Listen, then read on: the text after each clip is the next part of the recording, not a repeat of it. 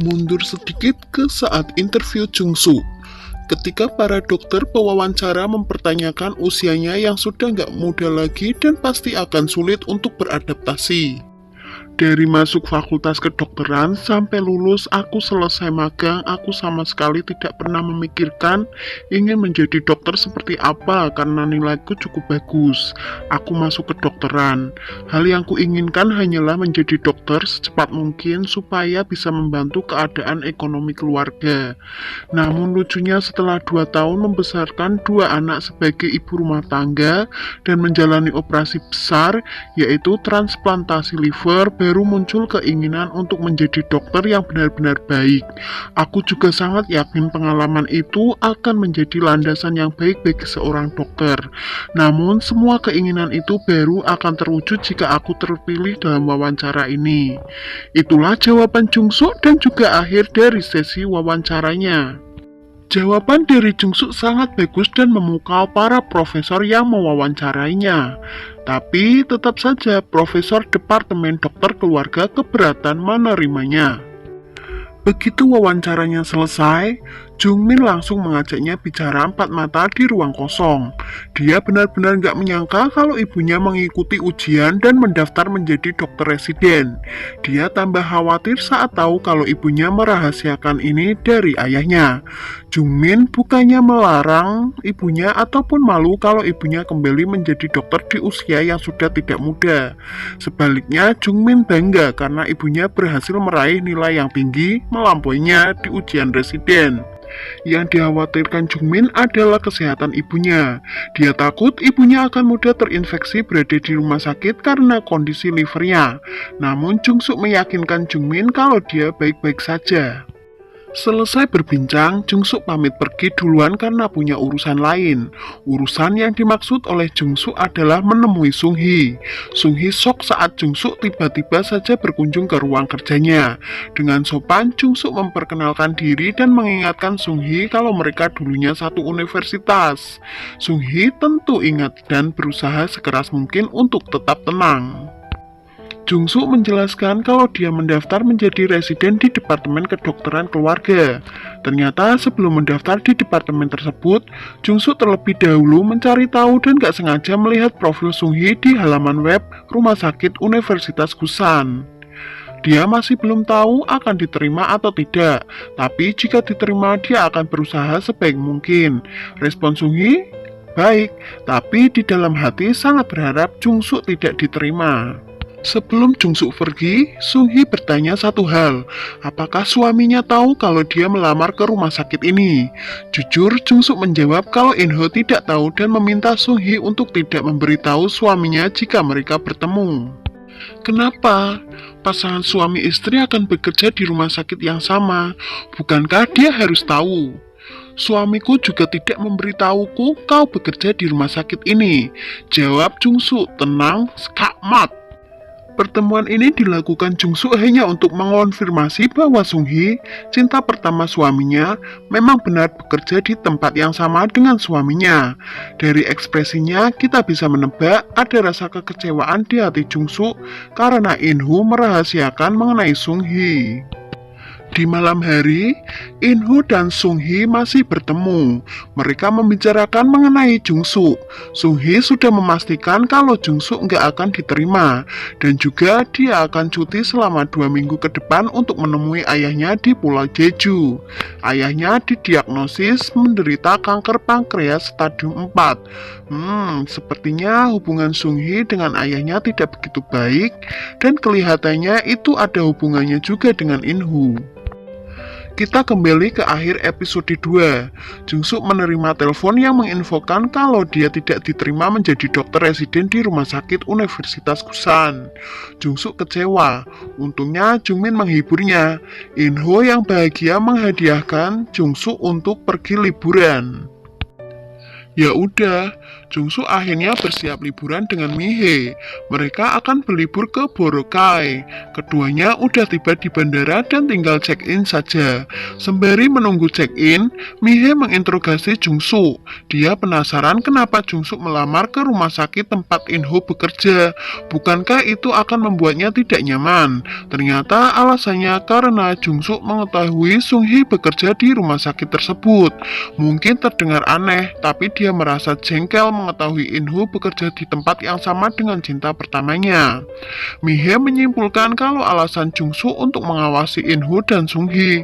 Jungsu dengan keras membantah dan beralasan kalau Universitas Kusan adalah alma maternya. Makanya dia ingin bekerja di sana. Dia juga merasa bisa belajar banyak di sana karena merupakan rumah sakit besar. Dia nggak kekanak-kanakan seperti itu. Wah, Mihae tidak mempercayai alasan tersebut. Sepertinya keberuntungan sedang berada di pihak Jungsu. Baru saja mau check-in, dia malah menerima telepon dari rumah sakit Universitas Kusan bahwa dia diterima menjadi dokter residen dan diminta untuk masuk kerja hari ini. Jungsu tentu langsung membatalkan liburannya dan bergegas ke rumah sakit Universitas Kusan. Rasanya seperti dia menang lotre. Kenapa Jungsu bisa diterima? Karena satu orang dokter residen yang baru saja diterima mengundurkan diri. Dokter residen itu patah hati setelah diputuskan pacarnya dan memilih untuk wamil. Akibatnya ada satu slot kosong untuk dokter residen Departemen Kedokteran Keluarga. Baru tiba saja, banyak dokter salah mengira Jungsu sebagai profesor. Seperti yang sudah diduga, usia Jungsu yang tua menjadi penghalang terbesar baginya untuk akrab dengan kolega sesama dokter residen. Walau begitu, Jungsu tetap berusaha semaksimal mungkin. Hati Jungsu lagi berbunga-bunga, berbanding terbalik dengan Sung-hee dan In-ho.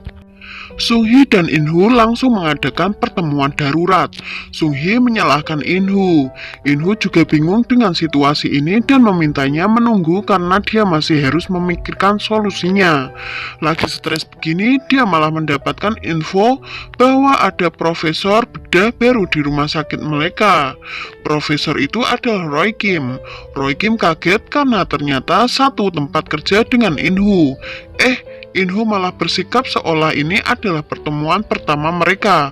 Untungnya Roy Kim cepat tanggap dan mengikuti In-ho yang berpura-pura tidak mengenalinya. Suasana hati Sung-hee sangat buruk karena kedatangan Jungsu. Saat sedang memeriksa pasien, biasanya para dokter residen akan mengamati dan mencatat diagnosa serta penanganan yang harus dilakukan. Jungsu kesulitan mengikuti arahan Sung-hee dan meminta untuk diulangi, tapi malah mendapat bentakan. Kembali ke Roy Kim dan In-ho. In-ho meminta agar Roy Kim merahasiakan hubungan keluarganya di tempat kerja. Dia juga meminta Roy untuk membujuk Jungsu agar berhenti menjadi dokter dengan alasan kesehatan. Dan permintaan itu langsung ditolak sama Roy. Setelah membahas itu, In-ho mulai pamer tentang keluarganya yang merupakan keluarga dokter selama 3 generasi. Dia juga mulai menanyakan pekerjaan ayah Roy. Pertanyaan itu langsung dibalas Roy dengan jawaban, menurut sepengetahuannya, orang yang menanyakan pekerjaan ayah orang lain adalah kondai atau kolot atau kuno. Hahaha, bercanda. Ayah Roy Kim adalah seorang pebisnis yang menjalankan bisnis real estate di New York. Sebagai dokter residen, Jungsu sangat sibuk. Kali ini dia ditugaskan untuk menemui pasien VIP untuk meminta persetujuan tanda tangan tes endoskopi gastrointestinal. Pasien VIP tersebut adalah seorang pemilik perusahaan bernama Oh Chang-kyu. Dia awalnya mengira Jungsu sebagai profesor, tapi begitu tahu dia adalah dokter residen tahun pertama, Tuan Oh langsung kecewa. Dia terlihat meremehkan Jungsu. Dia juga mengatainya yang terlihat tua padahal dokter residen tahun pertama. Dengan sabar dan sopan, Jungsu menanggapinya. Sementara itu, Sung Hee yang nggak tahan akhirnya protes ke kepala Departemen Kedokteran Keluarga karena sudah menerima Jung Suk tanpa berunding dengannya. Tapi ya memang mereka nggak ada pilihan lain selain menerima Jung Suk. Menurut peraturan yang berlaku, rumah sakit tidak boleh menolak dokter residen jika ada slot kosong. Dan dia juga nggak mungkin menahan orang yang ingin masuk militer atau mencuri pelamar dari rumah sakit lain. Satu-satunya pilihan adalah menerima Jung Suk. Tiba-tiba saja ada kabar terbaru yang entah merupakan hal baik atau tidak. Seorang dokter residen tahun kedua di Departemen Bedah, Dr. Baek Ayon, hamil. Dan karena hamil, Dr. Baek mengundurkan diri demi menjaga kesehatan janin. Dan ini dimanfaatkan oleh Sung Hee. Jung Suk dipindahkan dari Departemen Dokter Keluarga ke Departemen Bedah untuk menggantikan Dokter Baek. Artinya, In Hoo, Jung Mi, dan Jung Suk akan bekerja di departemen yang sama. Hahaha, satu keluarga bekerja bersama, dan itu benar-benar canggung karena ketiganya harus bersikap tidak saling mengenal. Bekerja di Departemen Bedah jauh lebih sibuk daripada di Departemen Kedokteran Keluarga. Apalagi di hari pertamanya, Jung Suk sudah berjaga di ruang IGD. Lagi sibuk seperti ini, In Hoo malah mengajaknya bicara berdua. Inti pembicaraan, In Hoo marah dan menyuruh Jung Suk kembali menjadi ibu rumah tangga. Tentu saja Jung Suk menolak dan menyuruh In Hoo tidak mengganggunya karena dia sibuk. Saat jam makan siang, Jung Suk makan dengan Jung Min. Jung Suk nggak bisa menghentikan kebiasaannya di rumah dan mengomeli Jung Min yang pilih-pilih sayur. Jung Min sampai harus mengingatkan kalau mereka bukan lagi di rumah. Sama seperti In Hoo, Jung Min meminta ibunya untuk memikirkan ulang keputusannya. Dan sekali lagi, Jung Suk meyakinkan kalau dia bisa melakukannya.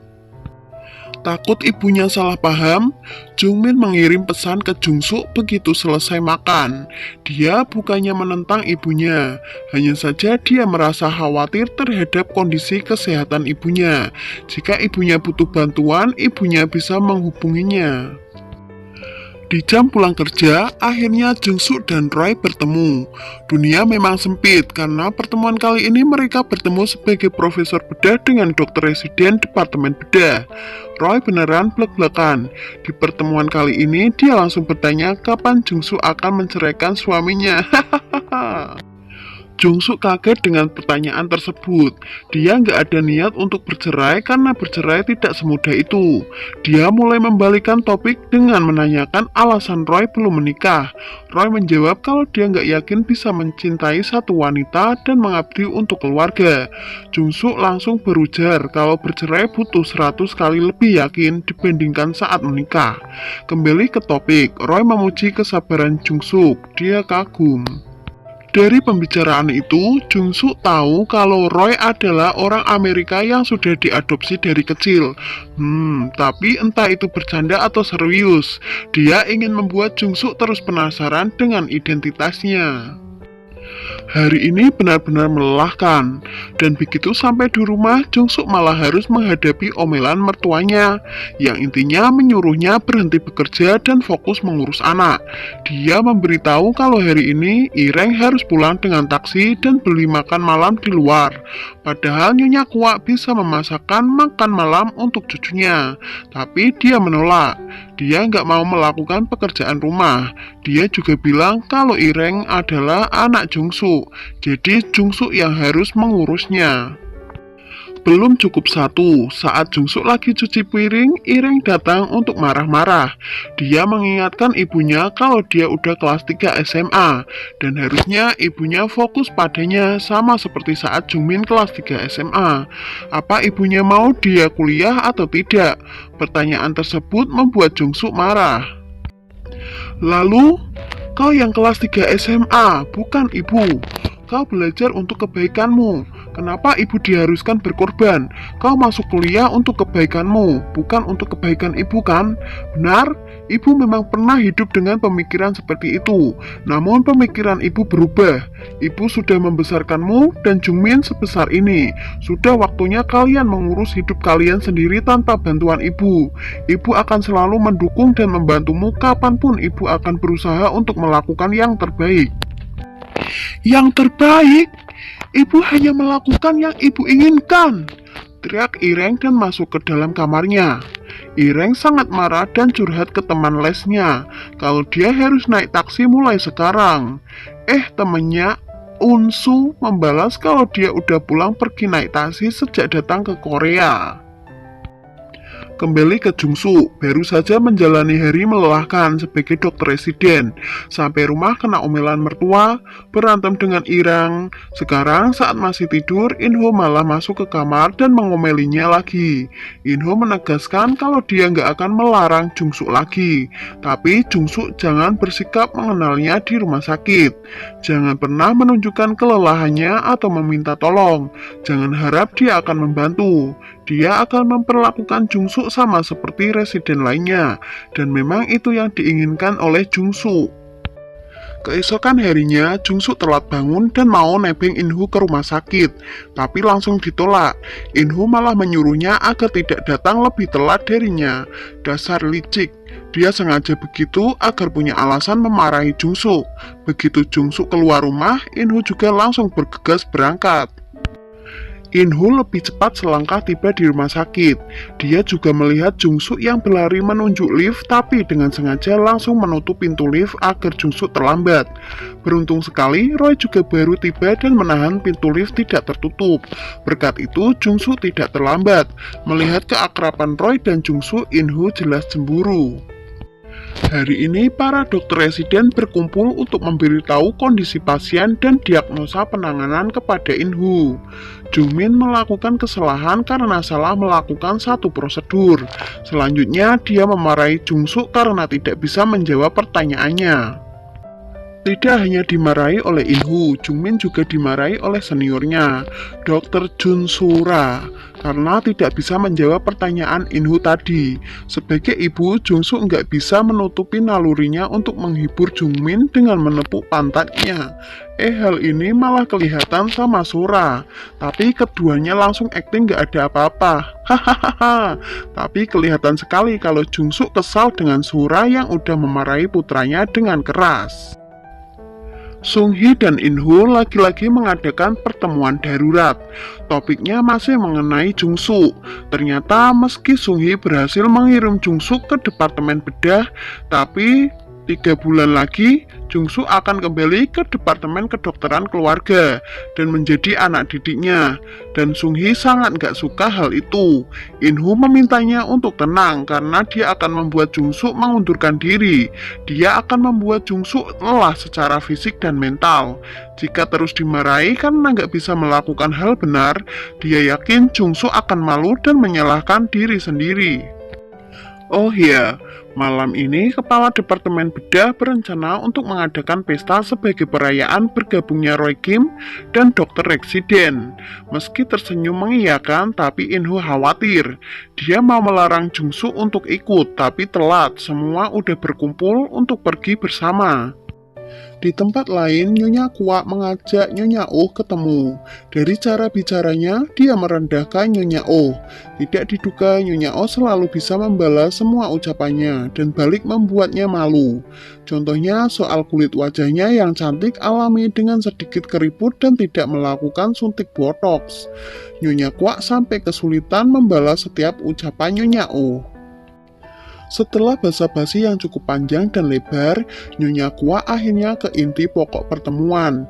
Ini terkait Jungsu yang ingin kembali menjadi dokter. Dia ingin Jungsu mengundurkan diri. Berbeda dengan Nyonya Kwa yang kebanyakan basa-basi, Nyonya Oh langsung menasehatinya to the point. Kesimpulannya, Nyonya Kwa bukan mengkhawatirkan putrinya, tapi khawatir kalau Jungsu akan menyusahkan In-ho karena bekerja di rumah sakit yang sama. Asal Nyonya Kwa tahu aja, nilai putrinya jauh lebih bagus dari In-ho. Jika In-ho membantu mengurus anak, yang akan mendapatkan jurnal terbaik di Nature bukan In-ho melainkan putrinya. Jadi sebaiknya kau tidak bicara apapun dan mengganggunya serta diam saja, diam. Peringati Nyonya Oh. Kembali ke tempat pesta rumah sakit Universitas Gusan Departemen Bedah. Jungsu sudah menilai Sora secara negatif. karena memarahi Jungmin. Makanya saat Sora menunjukkan kemampuannya membuat campuran bir, dalam hati Jungsuk menilainya sebagai pemabuk. Namanya juga pesta, semua dokter mulai mengajukan berbagai pertanyaan. Salah satunya ke Inhu. Mereka kagum karena Inhu selalu menjaga untuk tidak pulang dalam keadaan mabuk. Hahaha, tapi yang tahu faktanya jelas hanya Jungmin dan Jungsuk. Semua memuji-muji Inhu sebagai suami yang baik dan pantas mendapatkan penghargaan Nobel. Mereka juga membahas Inhu yang bahkan berniat mendonorkan liver untuk istrinya. Tanpa rasa malu, Inhu mengiyakan. Jungmin, Jungsuk, dan Roy Kim sampai melongo mendengar jawaban tidak tahu malunya. Para kolega yang gak tahu tentu memujinya dan iri pada istri Inhu. Perkataan itu langsung membuat Jungsuk tertawa keras. Benar-benar lucu. Tidak ada yang tahu kebenarannya selain Jungsuk. Inhu jelas kesal sehingga diam-diam dia meminta bantuan Jungmin untuk membujuk Jungsuk untuk pulang saja. Tidak disangka Jungmin malah menolak. Biarkan saja ibunya bersenang-senang karena dia pasti sudah lama tidak ke tempat seperti ini. Di tengah pesta, Sora memerintahkan Jungmin untuk memanggang daging. Inhu dan Jungsuk langsung kesal karena putranya diperintah-perintah. Tapi yang berani protes hanyalah Jungsuk. Jungmin langsung gercep memanggang daging sebelum identitas mereka sebagai ibu dan anak terungkap. Kepala Departemen Bedah yang penasaran dengan Jungsuk mulai menanyakan perihal keluarga Jungsuk. Apa pekerjaan suami Jungsuk? Roy Kim langsung bersemangat mau tahu jawaban Jungsuk. Inhu dan Jungmin tegang. Sudah meninggal, jawab Jungsuk tenang. Jawaban yang membuat Inhu langsung keselak dan menyemburkan bir yang sedang diminumnya. Jungmin juga terkejut dengan jawaban ibunya hingga tidak sengaja tangannya terkena panggangan. Refleks Jungsuk langsung berteriak, "Jungmin dengan khawatir.